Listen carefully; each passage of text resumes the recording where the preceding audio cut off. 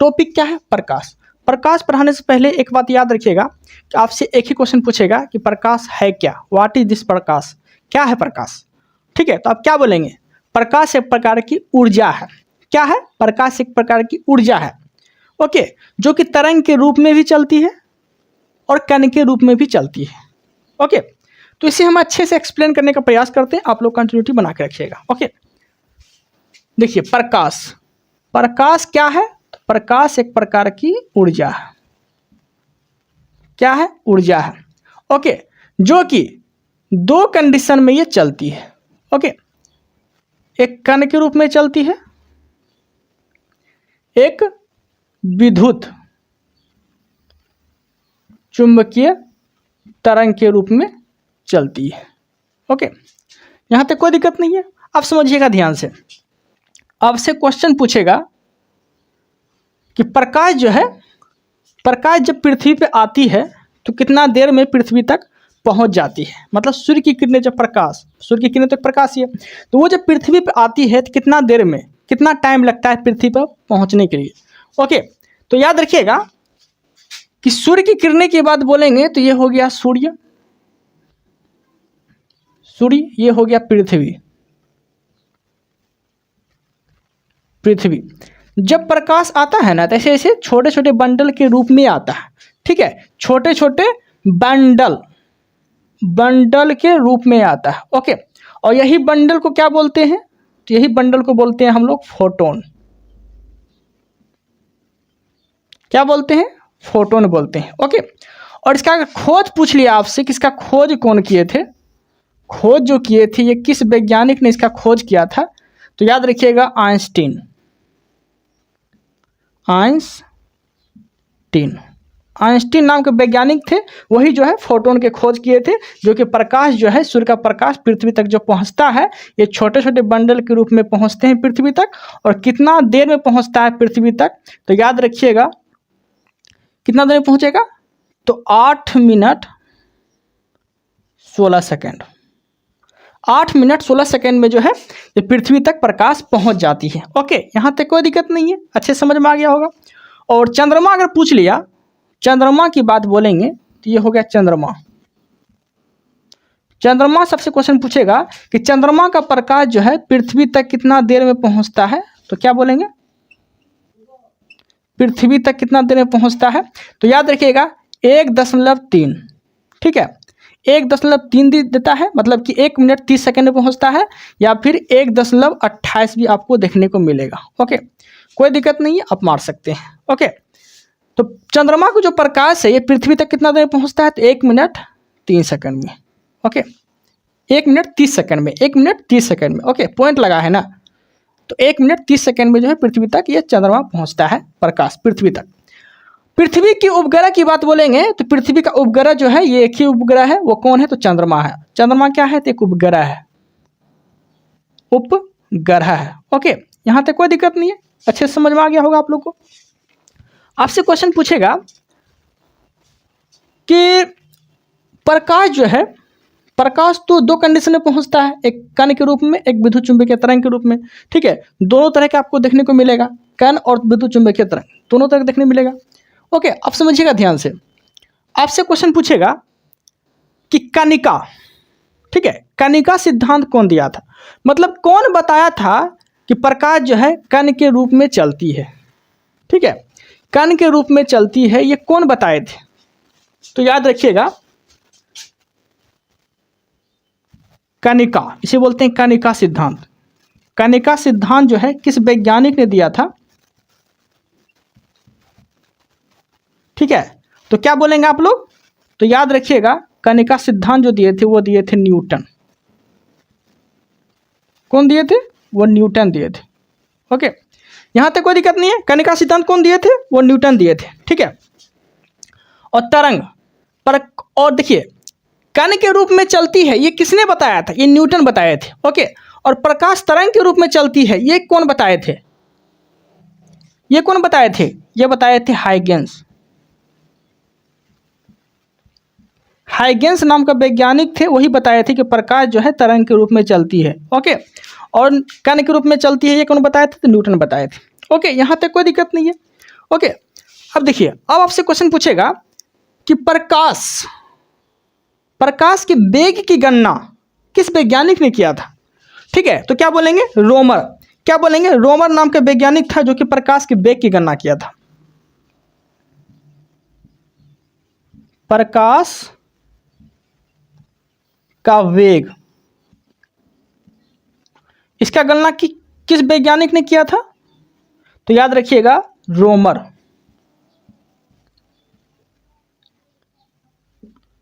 रोमर नाम का वैज्ञानिक थे, वही बताया था कि प्रकाश जो है, प्रकाश का वेग के बारे में रोमन नाम का वैज्ञानिक ही बताया था। ओके, यहां तक कोई दिक्कत नहीं, अच्छे समझ में आ गया होगा आप लोग को। ओके, अब देखिए, अब आपसे क्वेश्चन पूछेगा कि प्रकाश चलती है सबसे ज्यादा किस में प्रकाश की चाल होती है। क्या बोलेंगे, तो प्रकाश की चाल सबसे ज्यादा होती है निर्वात में। कहां होती है, निर्वात में। ओके, चाल सबसे ज्यादा किस में होती है, निर्वात में होती है प्रकाश की चाल। ओके, कितना होती है, 3 × 10⁸ मीटर पर सेकेंड। ओके, उसके बाद किस में चलेगी, गैस में, फिर द्रव में, फिर किस में चलेगी, ठोस में। ओके, सबसे ज्यादा बोलेगा तो निर्वात में, फिर गैस में, फिर द्रव में, फिर ठोस में। ओके, यहां तक कोई दिक्कत नहीं है। और भी कुछ क्वेश्चन है, आपको बता देते हैं कि किस में ज़्यादा प्रकाश से चाल चलती है, जैसे कि कांच में पूछ लेगा या फिर और भी चीज़ में पूछ लेगा। ठीक है, तो वो हम यहाँ लिख देते हैं। कांच में याद रखिएगा, कांच में प्रकाश की चाल कितनी होती है, तो याद रखिएगा 2.25 × 10⁸ मीटर पर सेकेंड। ओके, क्या बोले, 2.25 × 10⁸ मीटर पर सेकेंड होती है कांच में चाल। ओके, तारपीन का तेल में पूछ लिया आपसे, तारपीन का तेल में पूछ लिया। ठीक है, तो इसमें प्रकाश की चाल कितनी होती है, तो याद रखिएगा तारपीन के तेल में 2.04 × 10⁸ मीटर पर सेकेंड। ओके, तारपीन के तेल में 2.04 × 10⁸ मीटर पर सेकेंड। ओके, अब देखिए, रॉक सॉल्ट और नायलॉन दोनों में प्रकाश की चाल पूछ लिया। रॉक सॉल्ट और क्या बोले, नायलॉन।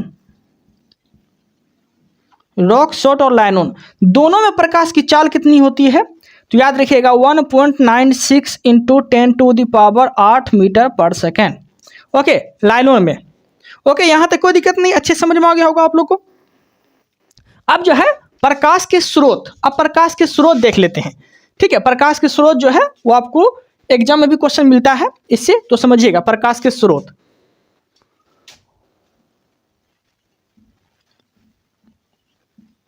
प्रकाश का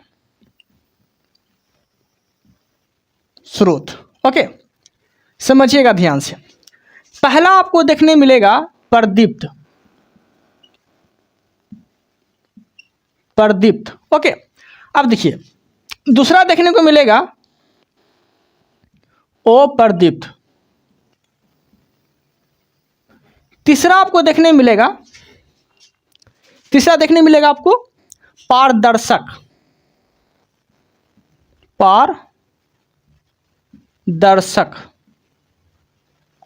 ओके, चौथा देखने मिलेगा आपको, ठीक है, अर्धपारदर्शक।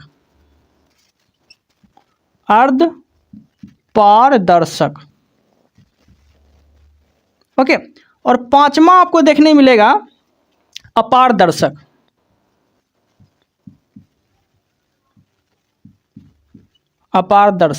ओके, यहां तक कोई दिक्कत नहीं है, आप समझिएगा ध्यान से। प्रदीप्त किसे बोलते हैं, पता है, प्रदीप्त बोलेंगे हम लोग जिसका अपना लाइट हो। ठीक है, मतलब जिसका अपना प्रकाश है वो प्रदीप्त के अंतर्गत आते हैं। ठीक है, वो वस्तु जिसका अपना स्वयं का प्रकाश हो वो प्रदीप्त के अंतर्गत आते हैं। जैसे कि सूर्य, सूर्य में तो ईंधन पाए जाते हैं, हाइड्रोजन और हीलियम का नाभिकीय संलयन होता है, तो सूर्य में क्या ईंधन पाए जाते हैं, ऊर्जा होती है सूर्य में। तो सूर्य कैसे किसके अंतर्गत आएंगे, प्रदीप्त वस्तु के अंतर्गत आएंगे। ठीक है, जिसका स्वयं का प्रकाश हो। तो एग्जाम्पल आप याद रख सकते हैं, जैसे कि सूर्य, जैसे कि सूर्य। ओके, प्रदीप्त समझ में आ गया। अप्रदीप्त क्या होता है, जिसका कोई अस्तित्व ना हो, दूसरे के प्रकाश पे डिपेंड हो। जैसे कि चंद्रमा, जैसे कि चंद्रमा का अपना प्रकाश है, चंद्रमा तो अपना प्रकाश नहीं है, तो ये अप्रदीप्त वस्तुएं के अंतर्गत आएंगे। ओके, अब देखिए पारदर्शक, पारदर्शक किसे बोलेंगे, पारदर्शक हम उसे बोलेंगे, पारदर्शक अर्थ ये हो गया आर पार। पारदर्शक अर्थ क्या हो गया, आर पार। ठीक है, कोई ऐसा वस्तु, वैसा वस्तु जो कि प्रकाश जो है ई पार से ऊपर हो जाए। ठीक है, वो पारदर्शक वस्तु के अंतर्गत आते हैं। जैसे कि कांच, पानी, ये सब क्या है, पारदर्शक के अंतर्गत आते हैं। ओके, क्या बोले, कांच, पानी। ओके, यहां तक कोई दिक्कत नहीं। अर्ध पारदर्शक, देखिए अर्ध पारदर्शक किसे बोलेंगे, अर्ध पारदर्शक जैसे कि थोड़ा सा प्रकाश जाएगा, थोड़ा प्रकाश इधर ही रह जाएगा, थोड़ा प्रकाश जाएगा, थोड़ा प्रकाश इधर ही रह जाएगा, उसे क्या बोलेंगे, अर्ध पारदर्शक। जैसे कि तेल, तेल से भींगा कागज, जैसे कि तेल से भींगा कागज, ये क्या है, ये अर्ध पारदर्शक के अंतर्गत आएंगे। ओके, अब देखिए पारदर्शक, अपारदर्शक क्या होता है, अपारदर्शक अर्थ ये हो गया कि प्रकाश जो है ई पार से ऊपर नहीं हो सकता है, मतलब प्रकाश जो है प्रवेश नहीं कर सकता है। जैसे कि ईटा ले लीजिए, पत्थर ले लीजिए, बालू ले लीजिए, ठीक है, कोई ठोस चीज ले लीजिए, ठोस चीज में तो जाएगा नहीं। ठीक है, तो ईटा, पत्थर, बालू ये सब क्या है, अपारदर्शक के अंतर्गत आते हैं, इससे प्रकाश प्रवेश नहीं कर सकता है। क्या क्या बोले, ईट ले लीजिए, पत्थर ले लीजिए, ठीक है, ईट ले लीजिए, पत्थर ले लीजिए, बालू ले लीजिए। ठीक है, ये सब जो है अपारदर्शक के अंतर्गत आते हैं। ओके, यहां तक कोई दिक्कत नहीं है, अच्छे समझ में आ गया होगा आप लोग को। ओके, अब समझते हैं आगे।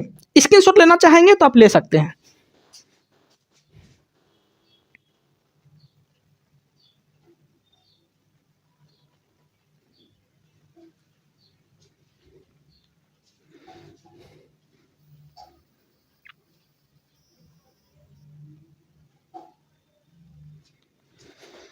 ठीक है, समझ में आ गया होगा। अब देखते हैं कुछ तरंगदैर्घ्य के बारे में, अपवर्तनांक के बारे में। ठीक है, कलर कभी कभी एग्जाम में पूछ लेता है, तो वो समझ लेते हैं किसका तरंगदैर्घ्य ज़्यादा होता है, किसका तरंगदैर्घ्य कम होता है। ओके, तो एक डायग्राम से आपको समझाने का प्रयास करते हैं।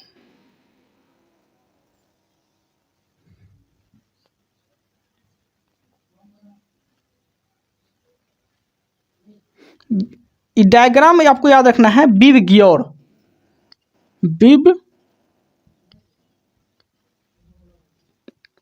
बिब गियोर याद रखिएगा। ठीक है, क्या रखेंगे, बिब गियोर याद रखिएगा। ठीक है, अब देखिए बी से क्या हो गया, वायलेट कलर,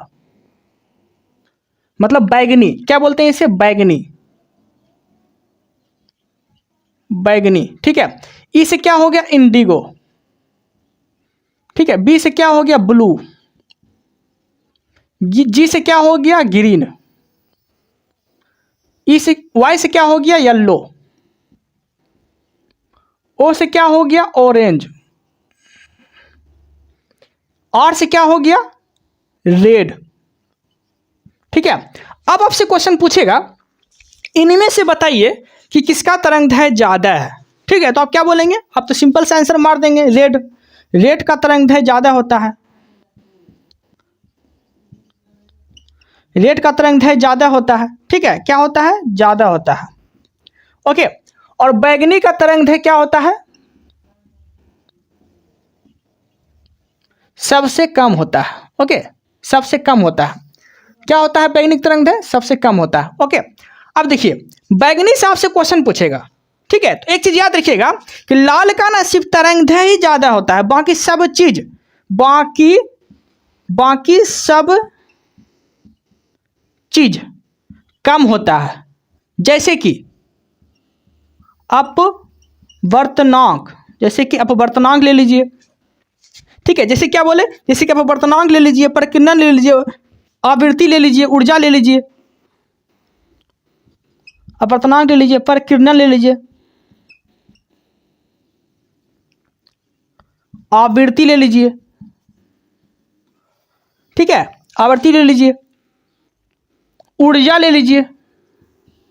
ओके, ये सब चीज जो है ये कम होता है, सब चीज कम होता है, और यही जो है आप वर्तनांक ले लीजिए, प्रकीर्णन ले लीजिए, आवृत्ति ले लीजिए, ऊर्जा ले लीजिए, ठीक है, ये सब सबसे ज्यादा किस में होता है, बैगनी में होता है, ठीक है।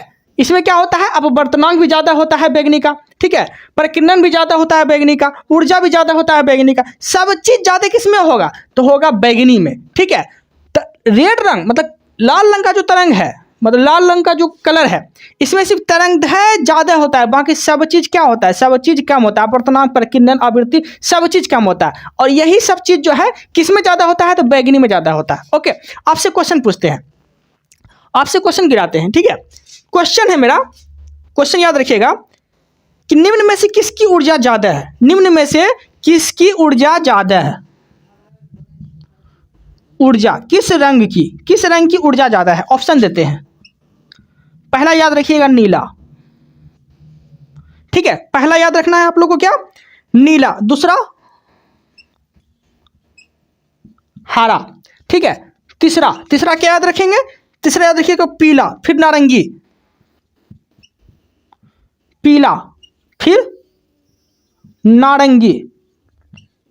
अब बताइए किस में ऊर्जा ज्यादा होगा, किस में ज्यादा होगा, तो नीला में ज्यादा होगा, पर ठीक है, नीला में ज्यादा होगा ऊर्जा, इसलिए यहां से आप मिला सकते हैं, यहां से मिला सकते हैं। नीला, नीला का अर्थ क्या हो गया, नीला का अर्थ हो गया ब्लू, ब्लू को ही नीला कहते हैं, ब्लू को ही नीला कहते हैं ना, ठीक है। अब वही अगर बैगनी दिया रहता ऑप्शन में तो आप बैगनी मारते, लेकिन यहाँ नीला दिया है तो आप नीला मारेंगे इसके अकॉर्डिंग, ठीक है। तो आपको ये डायग्राम याद रहेगा तभी ना आप मार सकते हैं, डायग्राम याद ही नहीं रहेगा तो आप कहाँ से मारेंगे। ओके, उम्मीद है कि आप लोग को अच्छे समझ में आ गया होगा, कोई डाउट रहता है तो आप कमेंट कर सकते हैं, बता सकते हैं। ओके ओके, अब हम आगे देखते हैं।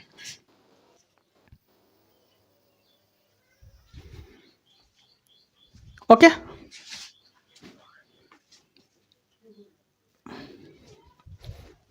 ठीक है, हम प्रकाश देख रहे थे। ओके, क्या देख रहे थे, प्रकाश के बारे में देख रहे थे।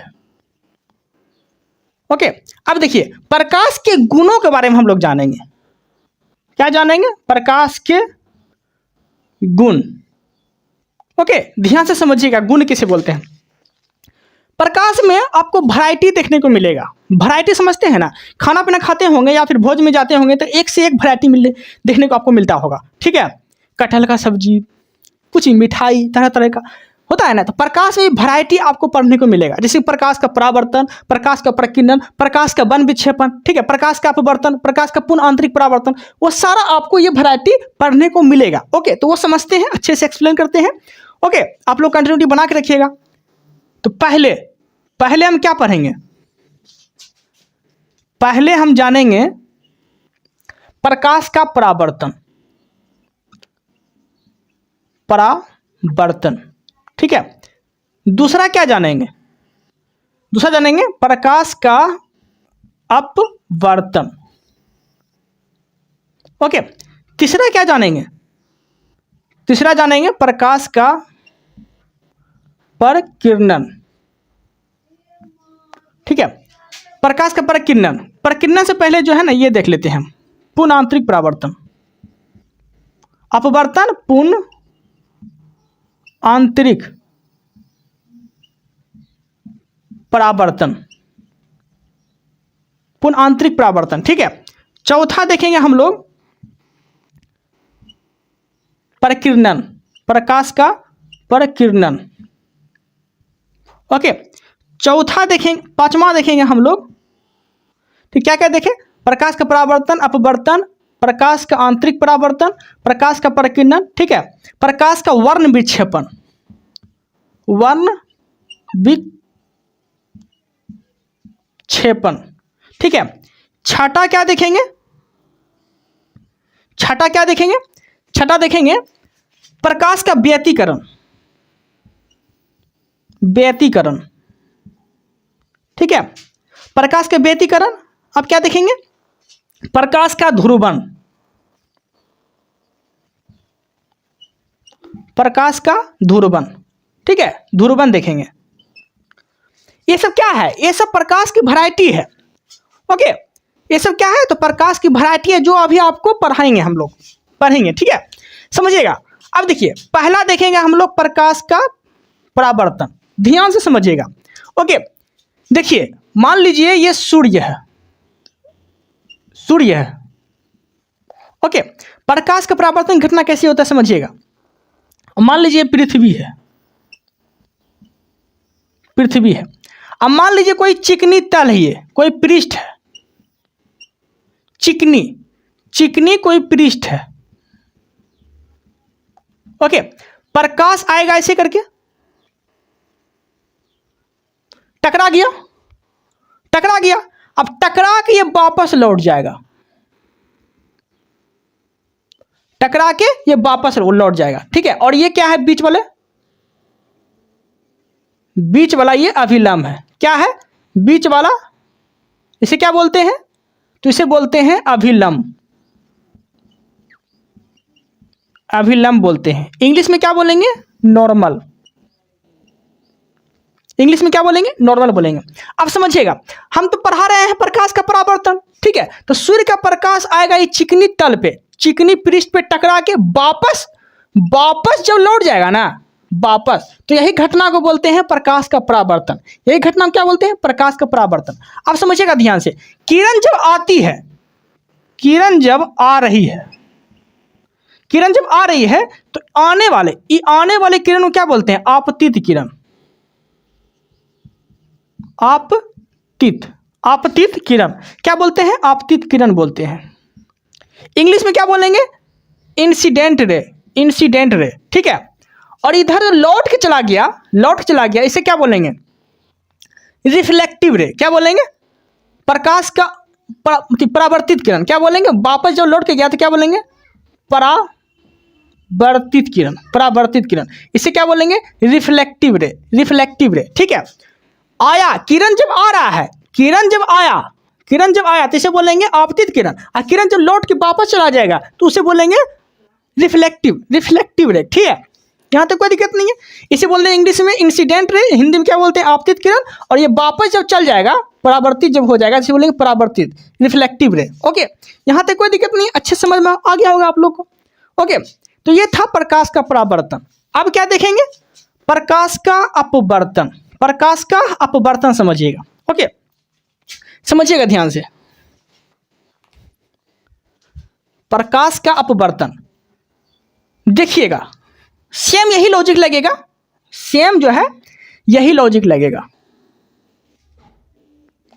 ठीक है। अब देखिए, प्रकाश का परावर्तन देख रहे थे, तो सूर्य की किरण आया और टकरा के वापस चल गया, तो इसे बोलते थे प्रकाश का परावर्तन, क्या बोलते थे, परावर्तन बोलते थे, परावर्तन बोलते थे। लेकिन ये जो है किरण, ये लौटेगा नहीं, अब ये अब लौटेगा नहीं। ओके, ये किरण आया और ये किरण जो है ऐसे प्रवेश कर जाएगा,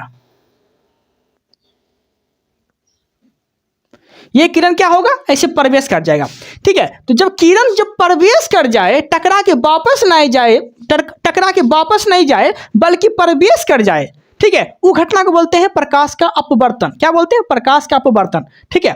अब देखिए, रेस्टोरेंट सब में आप लोग जाते होंगे, ठीक है, रेस्टोरेंट में देखते होंगे या फिर कहीं भी देखते होंगे, तो ओपन दरवाजा होता है, मतलब कि ये ले लीजिए, एटीएम मशीन ले लीजिए, एटीएम मशीन में जब जाते होंगे तो शीशा का दरवाजा रहता है, तो सूर्य की किरणें जो है अंदर प्रवेश कर जाती है, अंदर प्रवेश कर जाती है, वापस लौट के नहीं आती है, बल्कि अंदर पूरा घुस जाती है सूर्य की किरण। तो सूर्य की किरण जब अंदर प्रवेश कर जाए, तो वही जो है सूर्य की किरण जब अंदर घुस जाए, अंदर जब प्रवेश कर जाए, तो इस घटना को क्या बोलेंगे, प्रकाश का अपवर्तन, क्या बोलेंगे, प्रकाश का अपवर्तन बोलेंगे। ओके, यहां तक कोई दिक्कत नहीं है, अच्छे समझ में आ गया होगा। तो प्रकाश का परावर्तन, प्रकाश का अपवर्तन, उम्मीद है कि आप लोग को अच्छे समझ में आ गया होगा। अब देखते हैं प्रकाश का पूर्ण आंतरिक परावर्तन, प्रकाश का पूर्ण आंतरिक परावर्तन। लेकिन इससे एक बात याद रखिएगा कि आपसे एक क्वेश्चन पूछेगा, प्रकाश के अपवर्तन से क्वेश्चन पूछेगा, ठीक है, समझिएगा। अभिलंब से क्वेश्चन पूछेगा, ठीक है, किरण से क्वेश्चन पूछेगा कि ये किरण जो है किस ओर जाके झुक जाएगी, किस कंडीशन में, तो वो क्वेश्चन पहले बता देते हैं, समझिएगा। आपसे क्वेश्चन पूछेगा कि मान लीजिए कि सूर्य की किरण आ रही है, ये हो गया सघन, देखिए ये हो गया विरल। अब विरल किसे बोलेंगे? हवा को बोलेंगे हम लोग विरल। विरल तो हवा को नहीं बोलेंगे, हवा को बोलेंगे, ठीक है। और ये हो गया सघन। सघन किसे बोलेंगे? सघन बोलेंगे हम लोग जल को। ओके, अब देखिए समझिएगा ध्यान से, क्वेश्चन कैसे पूछेगा?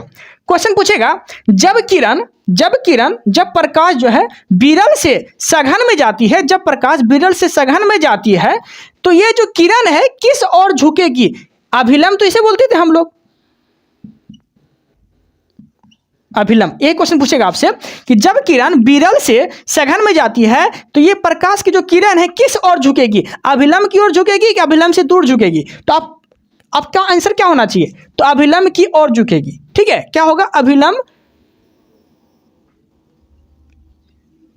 की ओर झुकेगी, ठीक है। क्यों?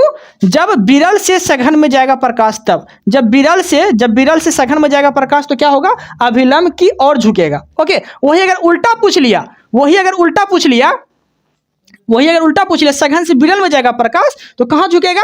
अभिलंब से दूर जाके झुकेगा, अभिलंब से दूर जाके झुकेगा, ठीक है। यहां तक कोई दिक्कत नहीं है।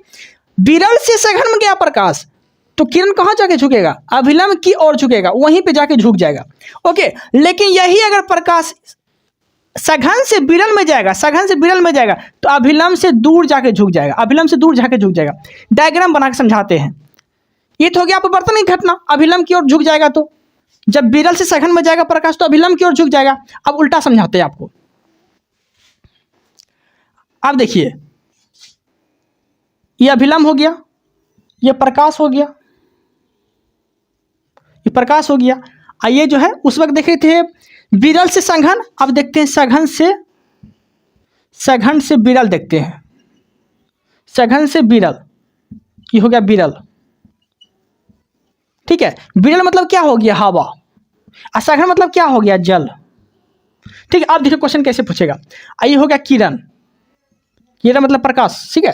अब देखिए आप क्वेश्चन कैसे पूछेगा।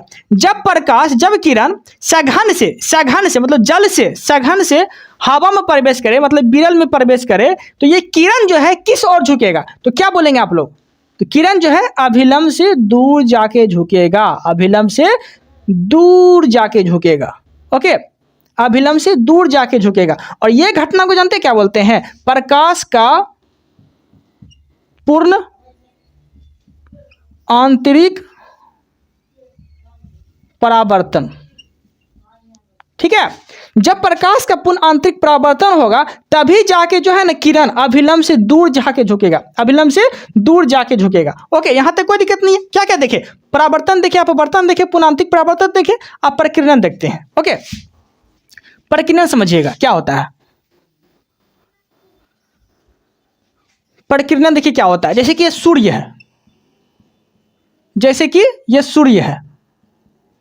सूर्य है तो सूर्य से जब रोशनी आती है तो बहुत सारे कण से टकराते हुए आती है, धूल कण से टकराते हुए आती है, ठीक है। तो वही सूर्य की जो रोशनी है ना, प्रकाश जो है ना, सूर्य की रोशनी जो है, ये बहुत सारा क्या होता है?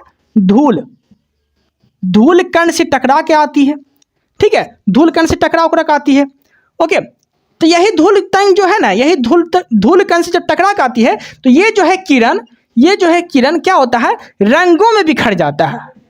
ये किरण जो है रंगों में बिखर जाता है। और यही घटना को जानते क्या बोलता है? यही घटना को बोलते हैं प्रकाश का प्रकीर्णन। ये घटना को क्या बोलते हैं? प्रकाश का प्रकीर्णन, ओके। यहां तक कोई दिक्कत नहीं है। जब धूल कण में टकरा के प्रकाश रंगों में बिखर जाता है तो इस घटना को बोलते हैं प्रकाश का प्रकीर्णन, ओके। यहां तक कोई दिक्कत नहीं है। अब आपसे क्वेश्चन कैसे पूछेगा? जैसे क्वेश्चन पूछेगा आपसे कि समुद्र का नीला रंग समुद्र का नीला रंग किसके कारण? प्रकाश के प्रकीर्णन के कारण। ठीक है। आकाश का नीला रंग किसके कारण? प्रकीर्णन कारण। सूर्य का लाल दिखाई देना, सूर्य का लाल दिखाई देना किसके कारण? प्रकीर्णन के कारण। ओके, यहां तक कोई दिक्कत नहीं है। तो क्या क्या देखे? परावर्तन देखे, अपवर्तन देखे, पुनांतिक परावर्तन देखे, प्रकीर्णन देखे। यहां तक तो कोई दिक्कत नहीं होना चाहिए आप लोग को। ओके, अब देखते हैं आगे। अब समझिएगा ध्यान से। अब देखिए वन विक्षेपण देखते हैं। वन विक्षेपण, ठीक है। वन विक्षेपण भी जो है वही घटना दर्शाती है। ठीक है, वन विक्षेपण जो है वही घटना को दर्शाती है। ये भी क्या होता है? प्रकाश जो है आता है तो पूरी रंगों में बिखर जाता है। वन विक्षेपण घटना को वही चीज कहलाती है, प्रकाश का रंगों में बिखर जाना। प्रकाश का रंगों में बिखर जाना। ठीक है, वर्ण विक्षेपण घटना कहलाती है कि वर्ण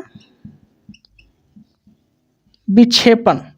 ठीक है, यह भी जो है प्रकाश जब आती है तो रंगों में जब बिखर जाती है ना, तो ये घटना को बोलते हैं प्रकाश का वन विक्षेपण। ठीक है, प्रकाश का वन विक्षेपण। और वन विक्षेपण की वजह से ना इंद्रधनुष की घटना उत्पन्न होने की संभावना हो जाती है। ठीक है, वैसे इंद्रधनुष बनने के लिए जो है ना 4 चीज चाहिए। प्रकाश का परावर्तन भी चाहिए, अपवर्तन भी चाहिए, पुनांतिक परावर्तन भी चाहिए, प्रकीर्णन भी चाहिए। ठीक है, और वन विक्षेपण का तो बहुत ज्यादा इंपॉर्टेंट है। ठीक है, वन विक्षेपण का होना तो बहुत ज्यादा इंपॉर्टेंट है। ओके, देखिए वन विक्षेपण चाहिए, प्रकीर्णन चाहिए, पुनांतिक परावर्तन चाहिए, अपवर्तन चाहिए। ये सब 4 चीज होना जरूरी होता है। 4 चीज होना जरूरी होता है। ठीक है, इंद्रधनुष बनने के लिए 4 चीजों का होना बहुत जरूरी होता है। क्या चीज बनने के लिए? इंद्रधनुष बनने के लिए। ओके, अब देखिए इंद्रधनुष सबसे क्वेश्चन कैसे पूछेगा? क्वेश्चन पूछेगा क्या कि इंद्रधनुष में रंग कितना होता है, और इंद्रधनुष जो है कितना डिग्री पे बनता है, और इंद्रधनुष जो है सूर्य के विपरीत बनता है या सूर्य के पास बनता है। ठीक है, इस तरह से क्वेश्चन पूछेगा। तो याद रखिएगा, इंद्रधनुष जब बनता है ना, इंद्रधनुष जब बनता है, हमेशा याद रखिएगा कि इंद्रधनुष जब बनता है ना,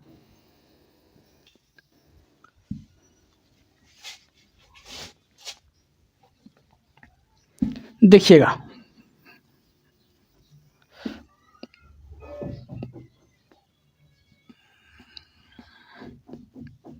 ये हो गया इंद्रधनुष। इंद्रधनुष जब बनता है ना, तो हमेशा याद रखिएगा ये 42 डिग्री एंगल पे बनता है। 42 डिग्री एंगल पे बनता है इंद्रधनुष। ओके, यहां तक कोई दिक्कत नहीं है। आप समझिएगा, इंद्रधनुष जब भी बनेगा तो सूर्य के विपरीत बनेगा। अगर सूर्य यहां है, सूर्य के सामने बनेगा। ठीक है, सूर्य के विपरीत। सूर्य अगर पूरब में उगा है तो इंद्रधनुष कहां बनेगा? पश्चिम में बनेगा। ठीक है, हमेशा याद रखिएगा। ओके, इंद्रधनुष में आपसे क्वेश्चन पूछेगा कि बीच का रंग क्या होता है? तो बीच का रंग होता है हरा।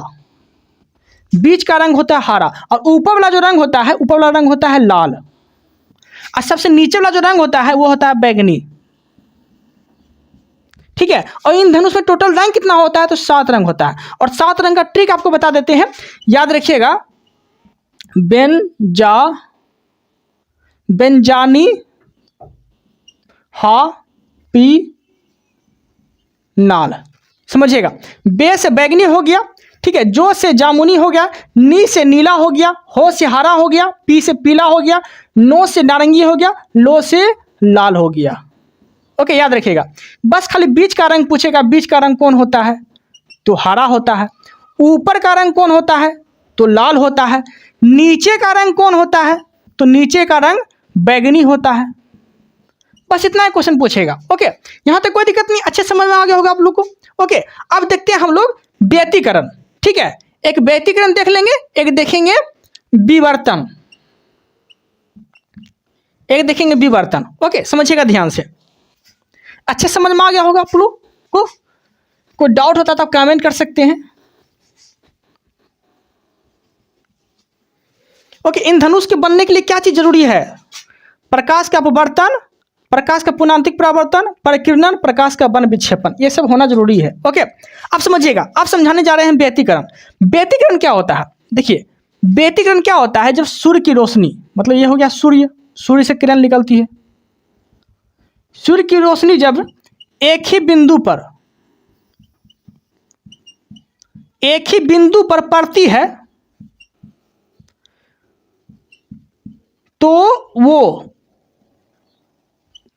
बहुत सारा रंगों में बदल जाता है। ठीक है, जैसे कि समझ लीजिए कोई एक बिंदु है, कोई एक बिंदु है और यही बिंदु पर जब पड़ेगा ना, प्रकाश ऐसे ऐसे फैल जाएगा। कभी यहाँ से फैल जाएगा, कभी यहाँ से फैल जाएगा। मान लीजिए ये बिंदु है, बिंदु है, ये बिंदु है। ठीक है, यहाँ रोशनी पड़ा तो प्रकाश यहाँ से फेंक देगा, यहाँ से फेंक देगा, यहाँ से फेंक देगा, यहाँ से फेंक देगा। ठीक है, बहुत सारा रंगों में बदल जाएगा। मतलब प्रकाश एक ही बिंदु पे पड़ के बहुत सारा रंग जब देने लगे तो वो कौन सी घटना है? तो वो घटना है प्रकाश का व्यतिकरण, प्रकाश का व्यतिकरण। और आपको कहाँ देखने को मिलेगा? तो छाग में,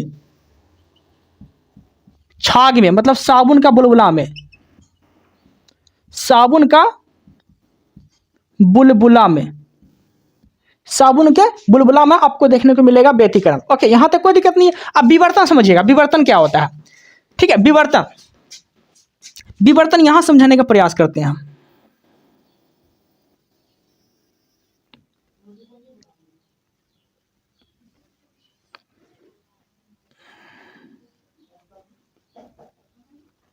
देखिए समझ लीजिए कि ये हवाई जहाज है। ओके, और सूर्य की रोशनी यहां है, ये सूर्य की जो है रोशनी,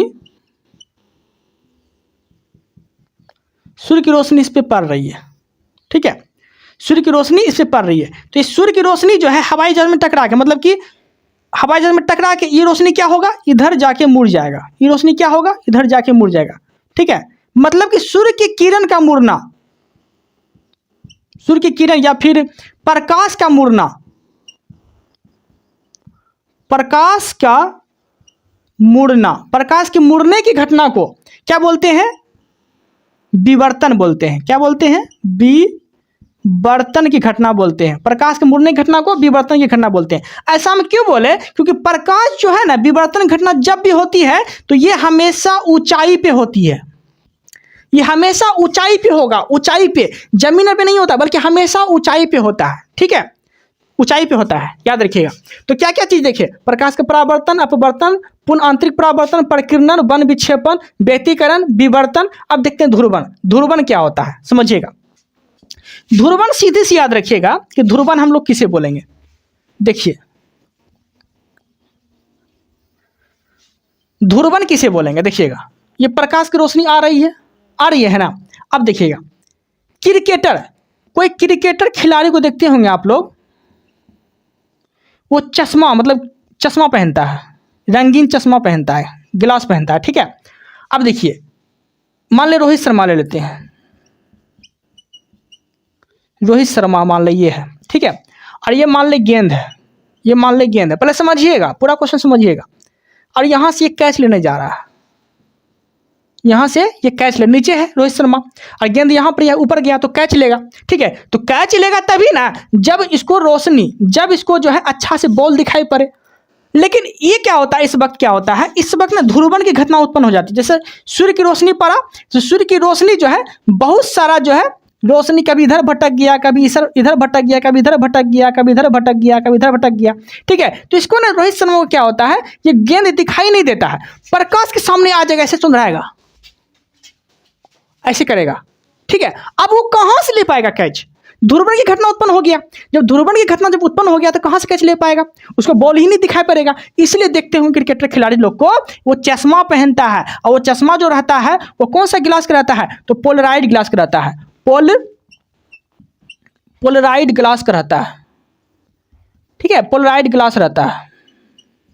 ठीक है, और पोलराइड ग्लास क्या करता है, बहुत सारा जो रंगों में बिखर जाता है ना प्रकाश, ध्रुवीकृत होने लगता है, दिशा भटक जाता है, कभी इधर घुस गया प्रकाश, कभी इधर घुस गया प्रकाश, पूरा अकचौंधी जब लग जाता है।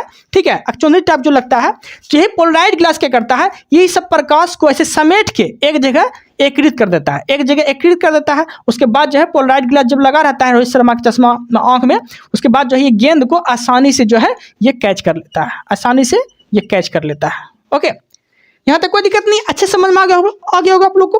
तो ध्रुवण देख लिए। ओके, कोई डाउट होता है तो आप कमेंट कर सकते हैं, बता सकते हैं। ओके, आप समझिएगा। अब हम पढ़ाने जा रहे हैं दर्पण। अब हम दर्पण देखेंगे।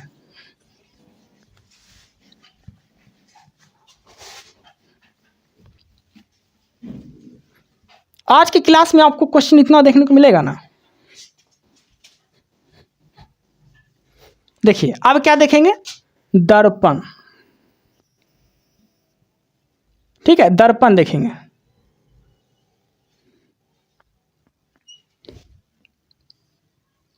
देखिए एक होता है समतल दर्पण,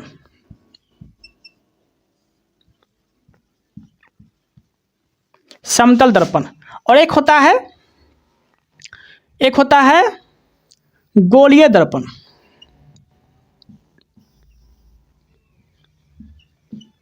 गोलीय दर्पण, गोलीय दर्पण को जो है ये दो भागों में बांटा गया है। एक आपको पढ़ने मिलेगा उत्तल दर्पण, एक पढ़ने मिलेगा आप लोग को अवतल दर्पण, अवतल दर्पण, ठीक है, यहां तक कोई दिक्कत नहीं है। और ये समतल दर्पण, अब समझिएगा ध्यान से, पहले समतल दर्पण देख लेते हैं कि इसका यूज क्या होता है। समतल दर्पण से क्वेश्चन पूछेगा आपसे, ठीक है, कि घरों में जो हम लोग उपयोग करते हैं वो कौन सा दर्पण होता है, तो समतल दर्पण होता है। ओके, घरों में उपयोग करने के लिए समतल दर्पण होता है। ओके, और एक क्वेश्चन आपसे और पूछेगा कि मान ले कोई समतल दर्पण इस तरह से है, इस तरह से है, ठीक है। अब कोई व्यक्ति जो है किसी का जो है मान ले वो भी वेग से मान ले दौड़ के आ रहा है, रन कर रहा है, ठीक है, कि दर्पण पे जो प्रतिबिंब बनेगा ये कितना वेग से बनेगा, ठीक है। तो याद रखिएगा कितना वेग से बनेगा, तो 2 वेग से बनेगा। ओके, इसका चाल क्या हो जाएगा, चाल दुगना हो जाएगा। ओके, भी वेग से कोई दौड़ेगा तो यहाँ 2 वेग से दिखाएगा। ये क्वेश्चन पूछता है एग्जाम में, इसलिए आप लोग को याद रखना है। ओके, यहाँ तक कोई दिक्कत नहीं है, अच्छे समझ में आ गया होगा आप लोग को।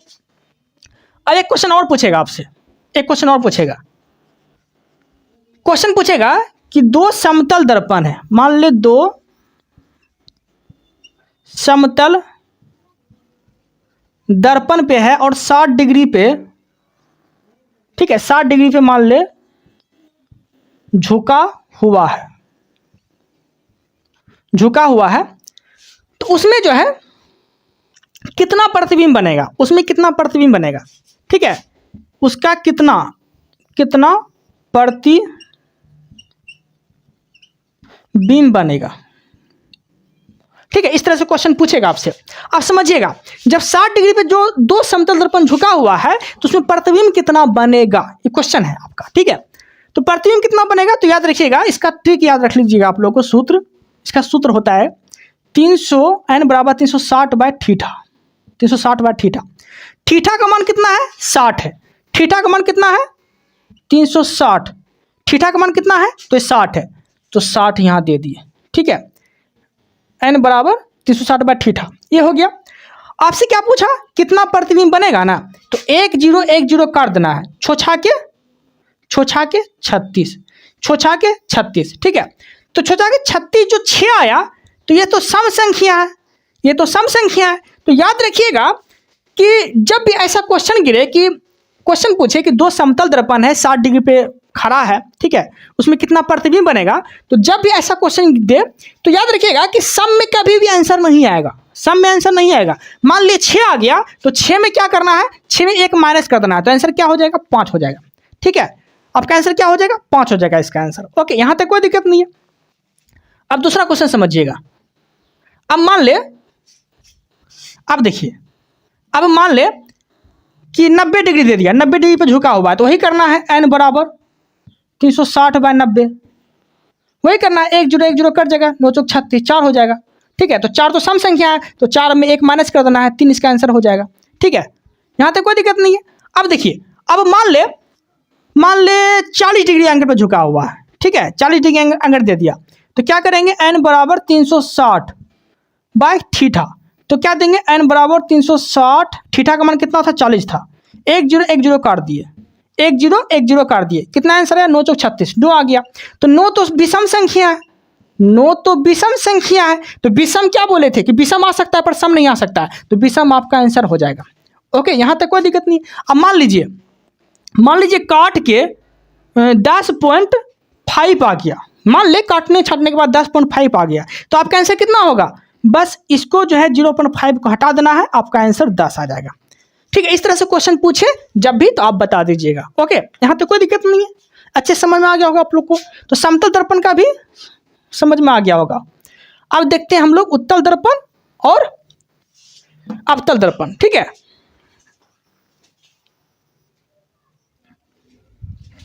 हाँ क्या देखें, समतल दर्पण देख लिए। अब देखते हैं हम लोग गोलीय दर्पण। देखिए ये हो गया मेरा गोलीय दर्पण, गोलीय दर्पण। अब गोलीय दर्पण को जो है दो भागों में बांटा गया था, एक था उत्तल, एक था अवतल। ओके, दोनों देखेंगे। तो ये हो गया गोलीय दर्पण। अब देखिएगा ध्यान से, गोलीय दर्पण कैसे उत्तल दर्पण और अवतल दर्पण बनता है। ये मेरा हो गया गोलीय दर्पण, हो गया ना। अब समझिएगा ध्यान से, गोलीय दर्पण को बीच से काट दीजिए। पहले बीच से काट दिए, काट दिया ना, बीच से काट दिए। अब समझिएगा ध्यान से, बीच से काट दिए। देखिएगा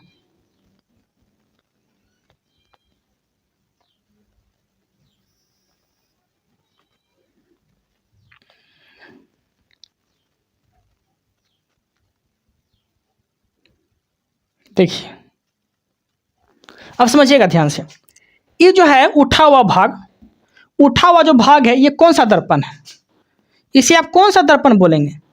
तो इसे बोलेंगे आप लोग उत्तल, उत्तल दर्पण। ये है इधर धंसा हुआ भाग, ये है धंसा हुआ भाग, तो इसे कौन सा दर्पण बोलेंगे? तो इसे बोलेंगे हम लोग अवतल, अवतल दर्पण। ओके, यहां तक कोई दिक्कत नहीं है, यहाँ तो डायग्राम समझ में आ गया होगा।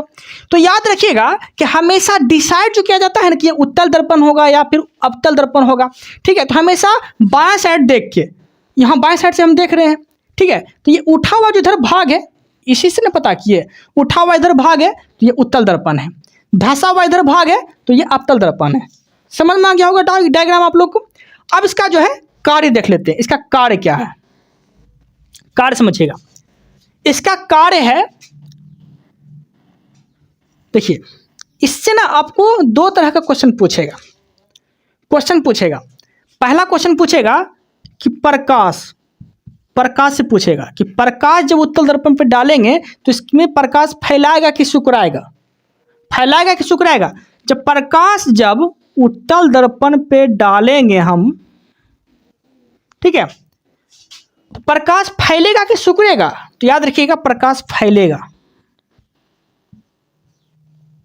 प्रकाश फैलेगा। ठीक है, वही अगर बोल दिया कि प्रतिबिंब कैसा बनेगा, जब प्रतिबिंब खाली कोई वस्तु खाली देखेंगे, उत्तल दर्पण से अगर कोई वस्तु को देखेंगे, वस्तु देखेंगे, तब कैसा प्रतिबिंब बनेगा? तब याद रखिएगा कब, तब छोटा प्रतिबिंब बनेगा। ठीक है, यहां तक कोई दिक्कत नहीं है, अच्छे समझ में आ गया होगा आप लोग को। फिर से समझा देते हैं। उत्तल दर्पण पर प्रकाश डाले, ठीक है, तो प्रकाश को फैला देगा, लेकिन उत्तल दर्पण से कोई वस्तु को देखेंगे ऐसे करके तो क्या होगा? वस्तु मुझे छोटा दिखाई देगा, वस्तु मुझे छोटा दिखाई देगा। ओके, यहां तक कोई दिक्कत नहीं है। अब देखिए उत्तल दर्पण का प्रयोग की बात बोलेंगे तो प्रयोग किया जाता है गाड़ी के साइड मिरर में, साइड मिरर में इसका इस्तेमाल करते हैं। ठीक है, स्ट्रीट लाइट में, स्ट्रीट लाइट क्या होता है तो देखिएगा, स्ट्रीट लाइट क्या होता है देखिएगा,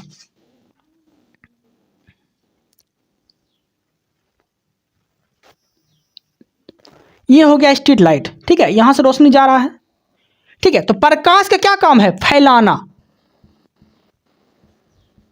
किसका काम है? उत्तल दर्पण का काम है। ठीक है, तो स्ट्रीट लाइट में, साइड मिरर में किसका इस्तेमाल करते हैं? तो उत्तल दर्पण का इस्तेमाल करते हैं। ओके, यहां तक कोई दिक्कत नहीं, अच्छे समझ में आ गया होगा आप लोग को। अब देखते हैं अवतल दर्पण। अवतल दर्पण में जस्ट उल्टा कर देना है, जो इसमें किया उसमें कर देना है। प्रकाश डालेंगे तो प्रकाश का काम क्या है? प्रकाश को सिकुड़ देगा, प्रकाश को सिकुड़ देगा, सिकुड़ देता है। ठीक है, कौन? अवतल दर्पण। लेकिन अवतल दर्पण से कोई वस्तु को देखेंगे तो वस्तु बड़ा दिखाई देगा। ठीक है, उत्तल दर्पण से कोई वस्तु को देखते थे छोटा दिखाई देता था, अवतल दर्पण से कोई वस्तु को देखेंगे तो बड़ा दिखाई देगा। इसलिए इसका इस्तेमाल क्या है? डॉक्टर लोग इस्तेमाल करते हैं, इसका चिकित्सक के रूप में अवतल दर्पण का इस्तेमाल करते हैं। ठीक है, दाढ़ी बनाने में, दाढ़ी दाढ़ी दाढ़ी बनाने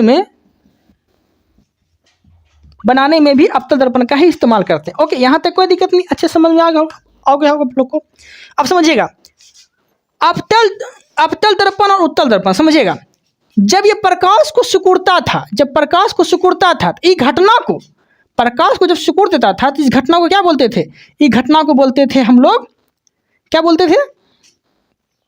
प्रकाश को सिकुड़ देगा, ठीक है, प्रकाश को सिकुड़ देगा तो इस घटना को बोलेंगे हम लोग अभिसारी, अभिसारी, ठीक है। इसीलिए अवतल दर्पण को अभिसारी दर्पण भी बोले जाते हैं। क्यों? क्योंकि इसमें प्रकाश डालने पे प्रकाश को सिकुड़ देता है। अब देखिए, उत्तल दर्पण में प्रकाश डालने पे प्रकाश को फैला देता है, और जो प्रकाश को फैलाएगा, जो प्रकाश को फैलाएगा, ये घटना क्या बोलेंगे? अपसारी, अपसारी। इसीलिए बोला जाता है कि उत्तल दर्पण को अपसारी दर्पण बोलते हैं और अवतल दर्पण को अभिसारी दर्पण बोलते हैं। क्या बोले? उत्तल दर्पण को अपसारी दर्पण और अवतल दर्पण को अभिसारी दर्पण भी बोलते हैं। ओके, यहाँ तक कोई दिक्कत नहीं है, अच्छे समझ में आ गया होगा आप लोग को। ओके, कोई डाउट आता है तो आप क्वेश्चन पूछ सकते हैं। ओके, अब देखते हैं हम लोग आगे। स्क्रीनशॉट लेना चाहेंगे तो ले सकते हैं।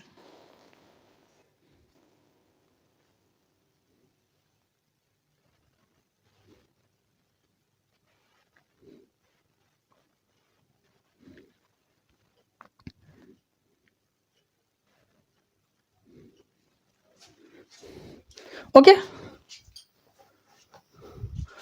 अब देखते हैं आगे।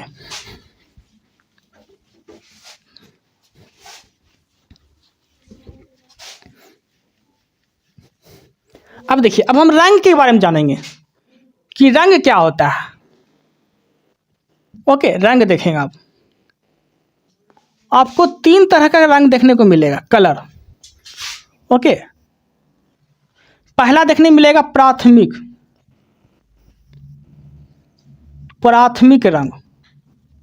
ओके, दूसरा देखने मिलेगा द्वितीयक रंग, द्वितीयक रंग, और तीसरा देखने मिलेगा पूरक रंग, पूरक रंग। ओके, यहां तक कोई दिक्कत नहीं है। अब देखिए, प्राथमिक रंग हम किसे बोलते थे? प्राथमिक रंग याद रखिएगा, RGB, RGB मतलब रेड ग्रीन ब्लू, ठीक है। रेड ग्रीन ब्लू को क्या बोलते हैं? प्राथमिक रंग बोलते हैं। टेलीविजन में यही सब रंग का इस्तेमाल होता है। टेलीविजन में क्या होता है? टेलीविजन में यही रंग का इस्तेमाल किया जाता है। तो लाल हरा ब्लू, लाल हरा ब्लू क्या है? तो ये प्राथमिक रंग के अंतर्गत आते हैं। नीला, फंसिएगा नहीं, नीला को ही ब्लू बोलता है। ओके, याद रखिएगा, ये हो गया प्राथमिक रंग। द्वितीयक रंग किसे बोलेंगे? तो प्राथमिक रंग की सहायता से, प्राथमिक रंग सहायता से, प्राथमिक रंग की सहायता से प्राप्त हो, इसके सहायता से ये प्राप्त हो, इसे बोलते हैं द्वितीयक रंग। अब पूरक रंग किसे बोलेंगे? तो पूरक बोलते हैं सफेद रंग को। पूरक किसे बोलेंगे? तो पूरक सफेद रंग को बोलेंगे। ओके, यहां तक कोई दिक्कत नहीं। अब देखिए, आपको समझाने का प्रयास करते हैं। देखिएगा, पूरक रंग, ये डायग्राम आपको याद रखना है।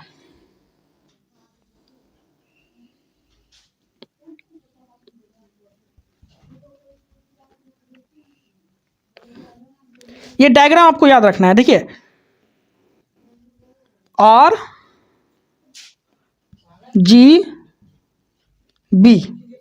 RGB याद रखिएगा, ठीक है। आप देखिएगा, ग्रीन, जी का मतलब क्या हो गया? ग्रीन हो गया, मतलब हरा हो गया, हरा हो गया। ब्लू का मतलब क्या हो गया? नीला हो गया, नीला हो गया। आई मतलब लाल हो गया, ये तो लाल हो गया। आप समझिएगा, क्वेश्चन कैसे पूछेगा? लाल और हरा, लाल और हरा को मिलाएंगे तो क्या बनेगा? पीला। लाल और हरा को जब मिलाएंगे तो क्या बनेगा? पीला, ठीक है। हरा और ब्लू को जब मिलाएंगे तो क्या मिलेगा? क्या बनेगा? पीकॉक नीला, पीकॉक नीला, ठीक है। लाल और नीला, लाल और नीला को जब मिलाएंगे तो क्या मिलेगा? क्या बनेगा? मेजेंटा, मेजेंटा, मेजेंटा बनेगा, ठीक है। यहां तक कोई दिक्कत नहीं, कलर भी समझ में आ गया होगा आप लोग को। ओके, क्या क्या बोले? इस तरह से डायग्राम बनाना है। तो RGB, RGB, ठीक है। रेड और ग्रीन, रेड और ग्रीन को जब मिलाएंगे तो बनेगा पीला, ठीक है। रेड और नीला को जब मिलाएंगे तो मेजेंटा बनेगा। ग्रीन और ब्लू की मिलाएंगे तो क्या बनेगा? पीकॉक नीला बनेगा। ओके, यहाँ तक कोई दिक्कत नहीं है। अब यहाँ जब बोलेंगे तो नीला, नीला प्लस पीला क्या बनेगा? सफ़ेद बनेगा। ठीक है, नीला प्लस पीला क्या बनेगा? सफ़ेद बनेगा। नीला प्लस पीला क्या बनेगा? सफ़ेद बनेगा। ठीक है, हरा प्लस मेजेंटा क्या बनेगा? हरा प्लस मेजेंटा, ये भी सफ़ेद बनेगा। ओके, यहां तक कोई दिक्कत नहीं है, समझ में आ गया होगा आप लोग को। देखिए अब हम क्या जानने वाले हैं, अब देखेंगे ह्यूमन आई के बारे में। ठीक है, ह्यूमन आई के बारे में, मानव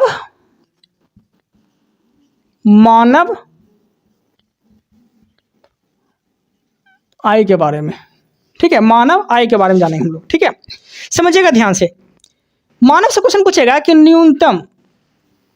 न्यूनतम देखने की जो दूरी होती है कितना होती है? 25 सेंटीमीटर। 25 सेंटीमीटर होती है न्यूनतम दूरी देखने के लिए। ठीक है, अब देखिए मानव नेत्र जो होता है, मानव का जो नेत्र होता है, नेत्र में ना 2 कोशिका पाई जाती है। नेत्र में 2 कोशिका पाई जाती है। एक कोशिका नाम याद रखिएगा, छर, इसे बोलते हैं रोड।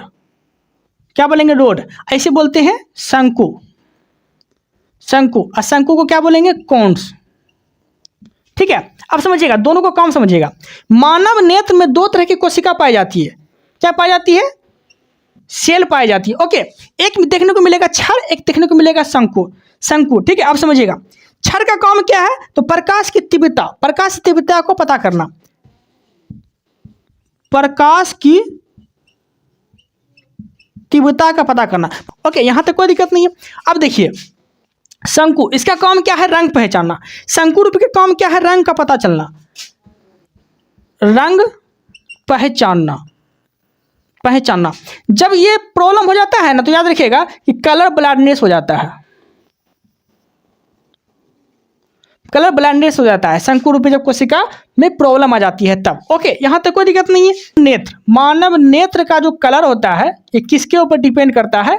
तो आइरिस, जैसा आइरिस होगा वैसा मानव का आंख का कलर होगा। ओके, यहां तक कोई दिक्कत नहीं है। दिया जाता है तो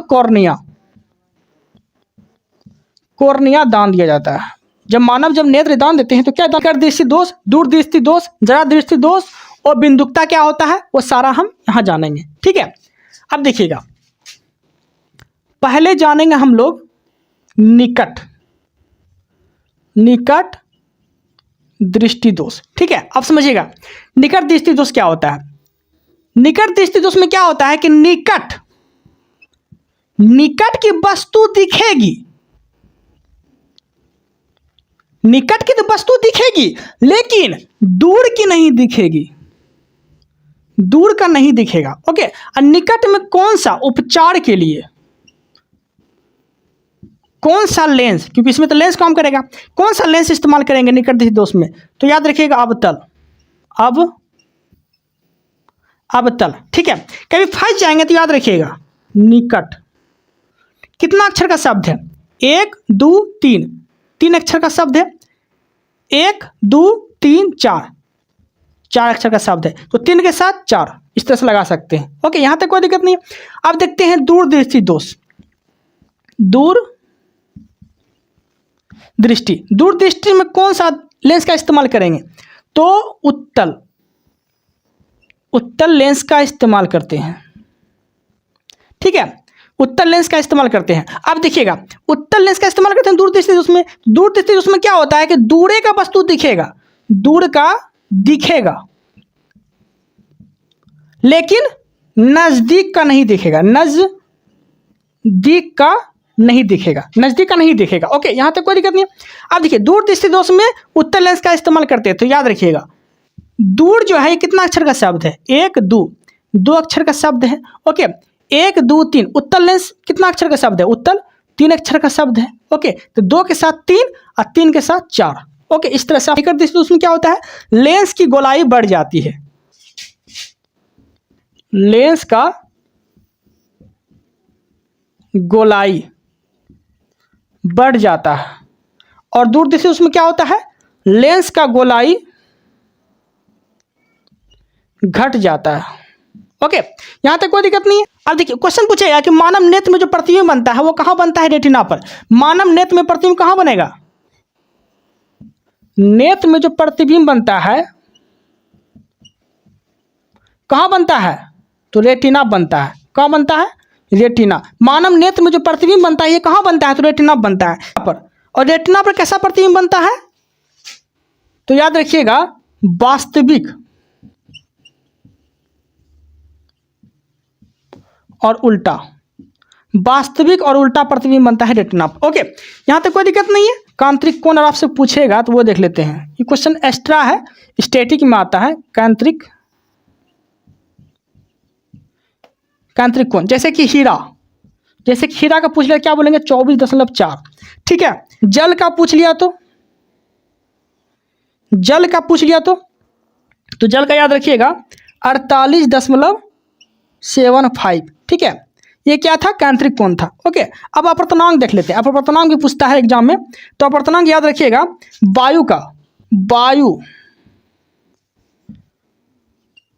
अपवर्तनांक, अपवर्तनांक वायु का अपवर्तनांक कितना होता है? तो 1 होता है। वायु का अपवर्तनांक 1 होता है। जल का कितना होता है? जल का कितना होता है? 1.33 होता है। ओके, जल कितना होता है? 1.33 होता है। अल्कोहल का कितना होता है? तो अल्कोहल का याद रखिएगा 1.36 होता है। 1.36 होता है। ओके, अल्कोहल का 1.36 होता है। ओके, तारपीन का तेल पूछ लिया तो, तारपीन का तेल का अपवर्तनांक पूछ लिया तो, ठीक है, तो क्या बोलेंगे? 1.48 होता है। ठीक है, हीरा का पूछ लिया तो, हीरा का अपवर्तनांक पूछ लिया तो 2.42 होता है। ओके, ये सब इंपॉर्टेंट सवाल था तो इसलिए हम ये सब करा दिए। ओके, उम्मीद है कि आप लोग को अच्छी समझ में आ गया होगा। कोई डाउट होता है तो आप कमेंट कर सकते हैं, बता सकते हैं। ओके, बिल्कुल एकदम अच्छे से एक्सप्लेन किए हैं, इससे बाहर क्वेश्चन नहीं गिरेगा एग्जाम में। जो भी था सारा इंक्लूड कर दिए ये वीडियो में। ओके, मिलते हैं हम लोग अगले वीडियो के साथ। आप लोग को अगर कंटेंट अच्छा लग रहा है तो चैनल को सब्सक्राइब करके जाइएगा, ताकि आप लोग के लिए ऐसे ही मेहनत करते रहे, आप लोग को कंटेंट मिलते रहे। ओके, देन इस वीडियो में इतना ही रखते हैं। Thank you, thanks for watching.